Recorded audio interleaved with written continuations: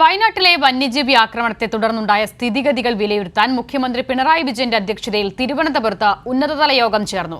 വന്യമൃഗങ്ങൾ ജനവാസ മേഖലയിൽ വരുന്നത് കണ്ടെത്താൻ 250 പുതിയ ക്യാമറകൾ കൂടി സ്ഥാപിക്കാനും വനം, പോലീസ്, റവന്യൂ തുടങ്ങിയ വകുപ്പുകളുടെ ഏകോപനം ഉറപ്പാക്കാനും യോഗത്തിൽ തീരുമാനമായി. എസ് ഷീജ വിവരങ്ങൾ നൽകാൻ ചേരുകയാണ്. ഷീജ, എന്തൊക്കെയാണ് യോഗത്തിലെ പ്രധാനപ്പെട്ട തീരുമാനങ്ങൾ?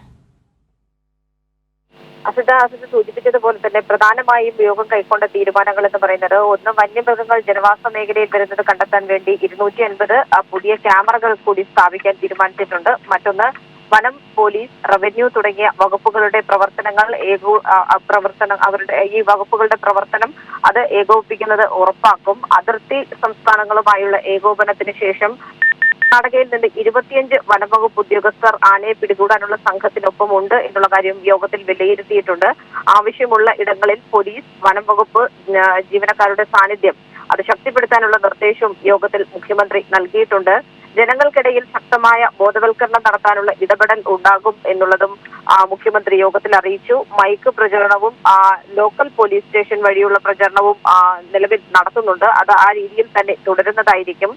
പ്രശ്നങ്ങൾ ചർച്ച ചെയ്യാൻ മന്ത്രിമാരുടെ നേതൃത്വത്തിൽ ഉന്നതതല യോഗം വിളിക്കുവാനും മുഖ്യമന്ത്രി നിർദ്ദേശം നൽകിയിട്ടുണ്ട്. ഒപ്പം തന്നെ റവന്യൂ, വനം, തദ്ദേശ സ്വയംഭരണം എന്നീ വകുപ്പ് മന്ത്രിമാരുടെ നേതൃത്വത്തിൽ വയനാട് കളക്ടറേറ്റിൽ യോഗം ചേരുന്ന കാര്യവും തീരുമാനിച്ചിട്ടുണ്ട്. ജില്ലയിലെ ജനപ്രതിനിധികളും ഈ ഒരു യോഗത്തിൽ പങ്കെടുക്കുന്നതായിരിക്കും.